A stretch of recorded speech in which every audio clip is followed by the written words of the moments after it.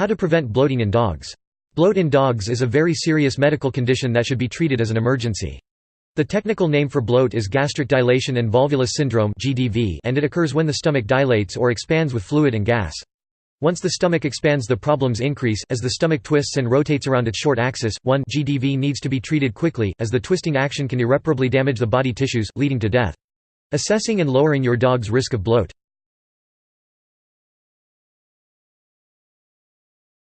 Assess genetic risk factors.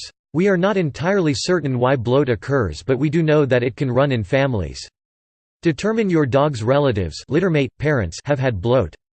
If they have, then your dog has a higher risk of getting it.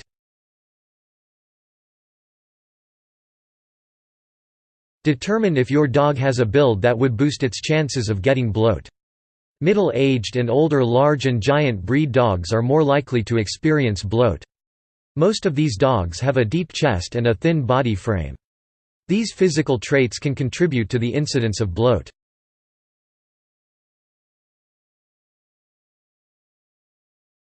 Evaluate whether your dog's eating habits will increase its likelihood of getting bloat.